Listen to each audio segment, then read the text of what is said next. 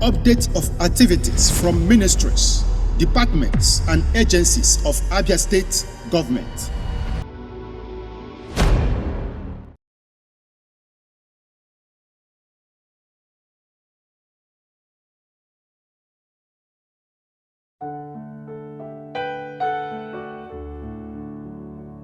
My name is Honorable Omonia Okereke. I'm the General Manager and Chief Executive of Abia State Environmental Protection Agency.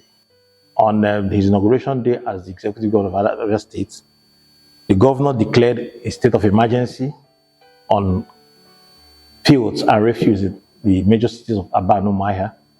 And the next day, I was appointed as the head of that task force to deal with that messy situation.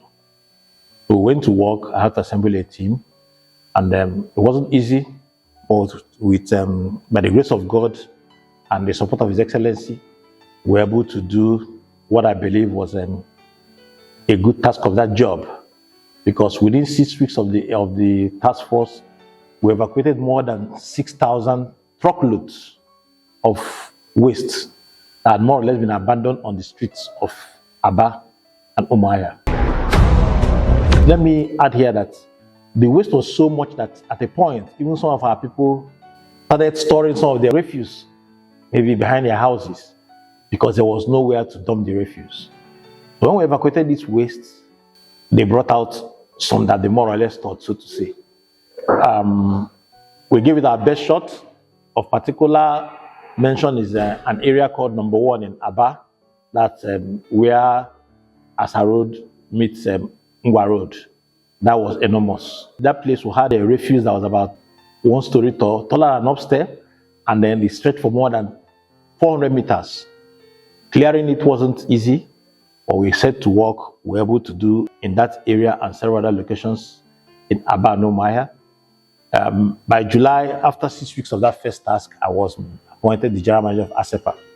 Coming to ASEPA, we met a workforce that was demoralized, demotivated, and not equipped to work. But like they say, it's only a stupid person that does the same thing and expects a different result. We had to look at what was happening, look at the methodology of the old system. We had to get the staff to work. We had to give them that sense of belonging, that, hey, it's a new dawn, let's move on. And I must say that we had very good staff in ASEPA who had hitherto been abandoned, so to say. So we set about setting up an operational strategy and framework, and attacked the environmental issue, so to say, as regards to fields in Abia State, in the major towns of Aba and Umuahia. Many people think that the mandate of ASEPA is just waste management. No, it goes beyond that. It's environmental protection. So we also had to revitalize, retool, and re-energize our environmental protection arm. That's industrial process and control. We started looking at all the industries in Abia State, who is meeting the right environmental practices, who is paying the right fees. We're talking about, first of all, the environmental practices as regards to effluent control, emission control, and of course, byproducts of their industrial activities. And we met a mess there. So many industries that claimed to be paying couldn't even show they had paid the statutory industrial environmental fees for over 10 years. What does it tell you? People were actually fleecing the system. So we've been able to engender proper environmental management practices by the industries. It's still ongoing. It's a continuous process because we keep on reviewing what they're doing. We keep on measuring what they're doing and correcting and moving on also. In the area of waste management, we've done so much. Now, I'm sure everybody will attest that cities of Aba and Umuahia are cleaner now. We've gone to the next step now, which is we're looking at further waste management in terms of conversion or recycling. In waste management, we talk about 3 hours of waste management, reuse, and the rest of it, recycling, reduce, 4 hours, 5 hours, 6 hours, up to 7 hours. Now we're looking at how do we recycle? What do we do to be able to get some of this waste back into the system? Here we talk about circular economy.